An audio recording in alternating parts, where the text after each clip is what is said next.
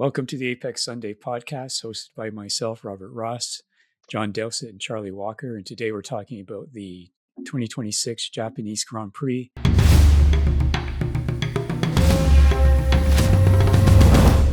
Before we get into the race itself, though, Charlie, you've actually been to the Suzuka circuit. Have you been on it, or did you how was that visit to Suzuka? Oh, it was a lot of fun. It's an amusement park beside a racetrack, and we walked from the train station up to the circuit and the amusement park. And one of the first things we saw was a flatbed truck with a wrecked Nissan GTR that somebody had been racing. So I thought, okay, we're here. This is great.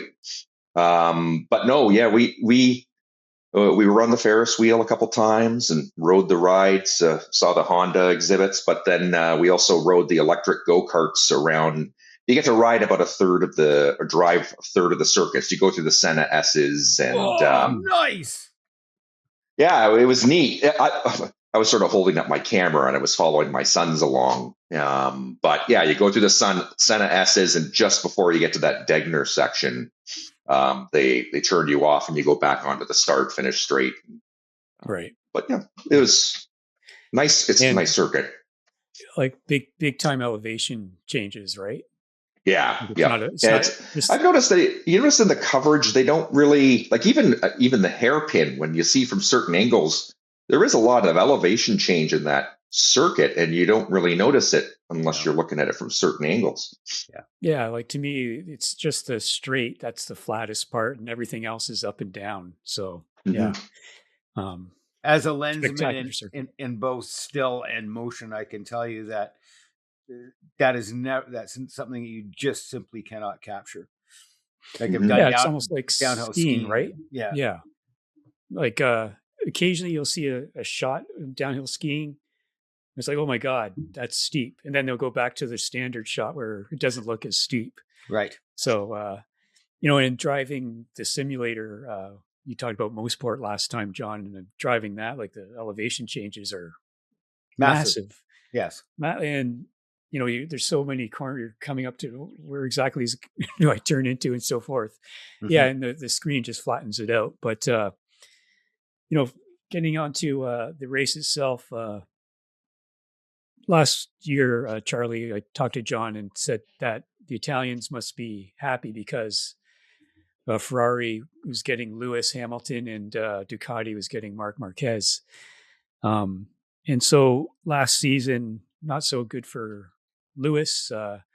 Marc won the championship and Ducati got another championship. This season, though, we've got Bez in MotoGP on top, and we got Kimi on top in Formula One, and they're talking to each other and all that kind of stuff. Kimi's second pole, when he won the race last time in China, I thought to myself, is this the beginning of a lot of wins, a lot of podiums? Mm-hmm.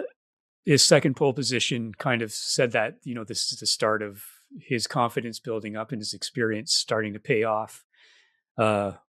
Any thoughts on qualifying? I enjoyed it a fair amount, but, to me, the race is more important than qualifying. Well, he was 0.3 ahead of Russell. So, I mean, no slouch. I mean, he's the real deal, it seems. And he's a lot of fun to watch. Kind of nice to see. Well, I don't know if it's nice. As I said, I'm not a big McLaren fan, but they seem to have turned things around a little bit, especially since, I mean, you can only go up from what happened in China. Yeah, the McLarens and Ferraris seem to qualify pretty close to each other. So, yeah. So, I mean, it wasn't anything really surprising. I thought Kimi was going to do well, and he did. Mm-hmm. It surprised me that Russell had a hard time setting up his car, and visibly it was twitchy and skittish, unlike Antonelli, who looked planted. And part of that is Russell overdriving the car. I think Antonelli's gotten under his skin a little bit. I do too. And I don't think that George is up to the game. Yeah, I think Well, we'll see. I mean, he may adjust, but to be challenged by Kimi so clearly and quickly early in the season, you can, these people still arguing about the racing being fake and all this kind of stuff. So you could argue that, Kimi's victory was not a real one because the safety car came out at this time and all that kind of stuff. It's like, where do you draw the line? But, the race itself, it seemed more of a conventional race, not as much passing as we've seen the first two. It seemed a little harder to pass on this circuit. Kimi, second victory. And again, the reason I put Max, Lewis, and Kimi in the introduction to this podcast is Max and Lewis are the most recent multiple world champions. And I think that Kimi will be a future world champion. Other than the safety car that shook things up a little bit, what did you guys think of the race itself? I will disagree with you on a fake win, because every race is a cocktail of skill, luck. I'm not saying it's a fake win. I'm just saying that's what people would say. I know, and where your head is, and that's the one problem I have with Lando Norris. I think that he's a gentle soul that maybe has some difficulty, sort of like Hamilton has in the past a few times when he's had a breakup with his girlfriend, and next thing you know, you see his performance go away. But in this race, I think Hamilton got fried. It's wonderful to see him racing in just a beautiful, beautiful way. The man is just a pure talent and great to watch. So it's good to see him back. And Piastri, that's pretty impressive. They don't have the speed. If you look at the speed of those Mercs going down nobody gets near them. I mean, they've got so much more power than everybody else that, it's back to the days of Lewis and Nico where, who's going to win? Is it going to be Lewis or is it going to be Nico? Now it's whether it's going to be Russell or Antonelli, and I think Antonelli's put his mark in the sand. And Ferrari have been on the podium every race so far. Mm-hmm. So those two teams and McLaren coming up. Who would be the fourth team then after those three? Maybe Aston Martin. Maybe Gasly and Alpine. Could be Racing Bulls. Racing Bulls are doing well too. It's all behind the top three. It's all over the place, isn't it? And watching the leaderboard during the race, if you look back to 6th to 12th or 6th to 14th, they're all like right with each other. I really wish we'd seen more footage of that dicing. Yeah. So what are you going to give this race in terms of flag, green, yellow, blue, or black? I'm going to give it. You're going to give green? Oh, yeah. I'm going to give it a green as well.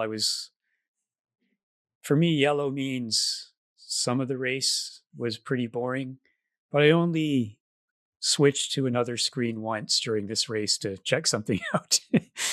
Whereas sometimes there's some races where it's like, was it your email here? I can't remember what I checked out. So porn tube? No, it wasn't that. No. What about you, Charlie? Oh, I thought it was a green race. Again, I think the Ferraris are the most interesting combo there, like that back and forth again with, I guess Lewis eventually. Did Lewis give that position up? I'm not sure, but it was neat to see them doing what they do. That whole that chicane first turn combo of, it's okay, you got me at the chicane, well, I'm going to get you at in that first turn. That was kind of neat. I think that happened about 6 times or so in the race of people making that change. And then, watching Piastri, I mean, John, you were talking earlier about George having a bit of trouble with the handling of his car, but you saw Piastri going through those Degners, like he was drifting through them, like it seemed half the time, and that kind of car control is pretty neat to watch. I'm not a big McLaren fan, but a Piastri's kind of neat. He's I like that. He's got a cool head, and I'm hoping that Mercedes don't end up in a situation like McLaren did last year. It's like if Antonelli's doing well, just help him along, and none of this back and forth of okay, well, you get the race to win this time and he gets it next time.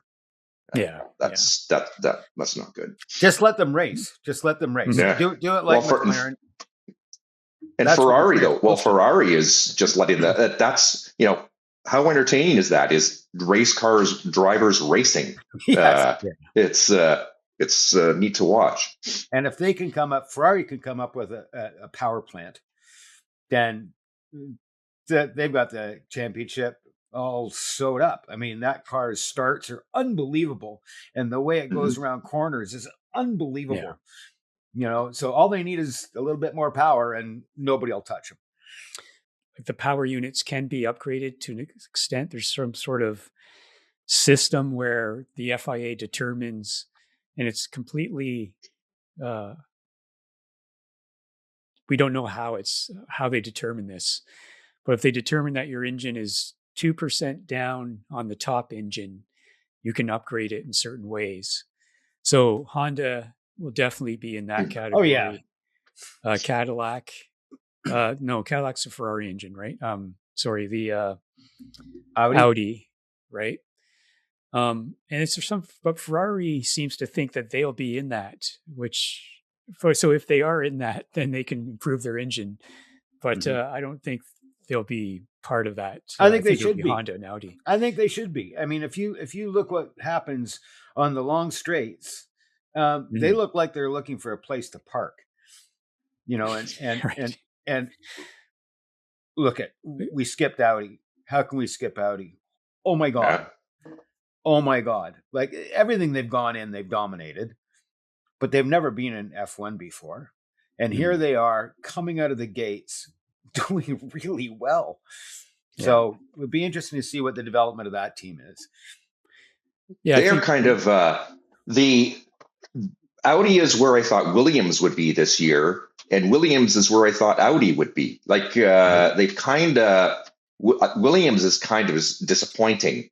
I thought they'd be a lot stronger, but yeah, Audi has been a pleasant surprise. Like they're for the first year and as a power plant producer.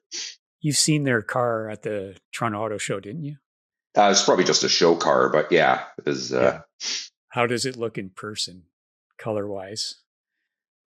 It's silver with the red in it. It does look. The color scheme is reminiscent of their LP cars or the hypercars, whatever it is. Yeah, LMP. Yeah, LMP. Le Mans prototype. Yeah. Mm-hmm. Well, I think that WEC experience, helped them build up a proper F1 program. It goes far, far, far back. I mean, I remember there was a Canadian race car driver by the name of Scott Goodyear who raced the Audi in major sports car events, and they ended up penalizing them because they showed up with Audi Quattro and they just drove away with everything. So they started giving them weight limits. That was the start of the weight limits. And then they give them more weight limits, and then they give more and they were still winning. And they give more weight limits. Finally got to the point where it was competitive. But wow, what Audi they've got they know years in rallying too, don't they? Yeah, Audi. Mm-hmm. Yeah. So well-rounded company. Just sort of a peripheral thing associated with Audi is that whole Jonathan Wheatley thing that happened just before the race. Like, why? I don't. Is it Lawrence Stroll enticing him to leave, or was he asked to leave Audi? Like, I don't know what the dynamic was there. I think Larry Stroll gets what Larry Stroll wants. Yeah. It's very interesting, but there will be a gardening leave period, right? So can they get Wheatley anytime this year, or what's going to happen in the meantime? Well, I thought don't want to see him again. Matteo Binotto being brought into Audi. Yes. I wasn't sure why that happened. If they brought Wheatley in, or are they two separate roles? Like, because I'd see them as being somewhat overlapping in that Wheatley is supposed to be the team principal, isn't he? And yes. So yeah, I think also Binotto was to be the team principal. Mm-hmm. Yeah, Mm-hmm. it's so. Who's your driver of the race? I'm going to give it to Kimi, because the way he pulled away afterwards, he just sort of, no one's catching me. I'm done. What about you guys?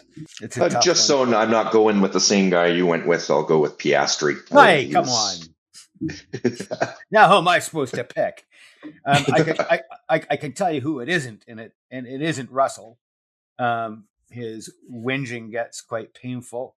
I got to give it to the old guy Lewis Hamilton for just sticking it out and racing. And I thought you were going to give it to Alonso for finishing the race. I was going to say I think a standout for me was Hadjar out qualifying Max, and Max not even making it to Q3 in that qualifying session. So, I mean, Hadjar, I think I talked about the last time that this, they really seem to have found their second driver. Yeah. Isaac, or Isaac, however you pronounce it, is a very, very good driver. His temperament is hilarious. He'll tell people off pretty quickly. Yeah. So before, we have a month before Miami, I guess the question is, will Max Verstappen stay in F1, and do you care? For me, drivers come and go. So if he's not happy, go somewhere else and be happy. It might be the end of Red Bull's success for a while anyways. The other thing is, maybe he'll replace George Russell at Mercedes next season. I'm kind of surprised he didn't make a move last year or the year before that. Yeah, and I guess before we sign off, I'll say, I'm not a fan of cheesy marketing. That whole Jack Black stuff, oh God. That's why I don't watch, I don't even watch the introduction. I can't stand all the grand music and stuff. It's, the greatest thing ever. Just give me the race, straightforward. I didn't even see it. And I leave the volume muted until lap 3. All right, so we've got a month off till Miami. Unfortunately, I despise the Miami circuit, so I think I'm probably not going to like the race, but we'll see how it goes. Talk to you then, guys. Cheers. Bye-bye. Take care. Take care.